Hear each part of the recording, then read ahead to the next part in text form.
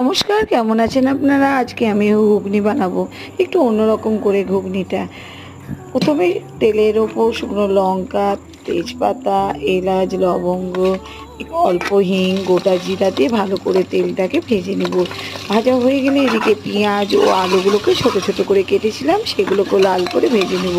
লাল লাল ভাজা হয়ে গেলে অল্প চিনি, হলুদ, টমেটো, আদা দিয়ে ভালো করে কষে নেওয়ার পর লবণ পরিমাণ মতো দিয়ে জিরে গুঁড়ো দিয়ে ভালো করে কষে নেব। আজকে এইভাবে ঘুগনিটা করলাম, একটু অন্যরকম। বেশ প্রথমে আগে কষে নিয়ে তারপর জল দিয়ে সিদ্ধ করে নেব। এদিকে শুকনো লঙ্কা গুঁড়ো, মটরগুলো দিয়ে কিছুক্ষণ কষে নিলাম, কাঁচা লঙ্কাও যোগ করলাম।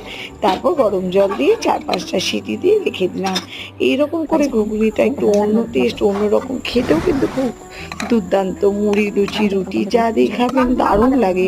এরকম করে একবার ঘুগনি বানাবেন, দেখবেন অসাধারণ খেতে, খুব টেস্টি হয়ে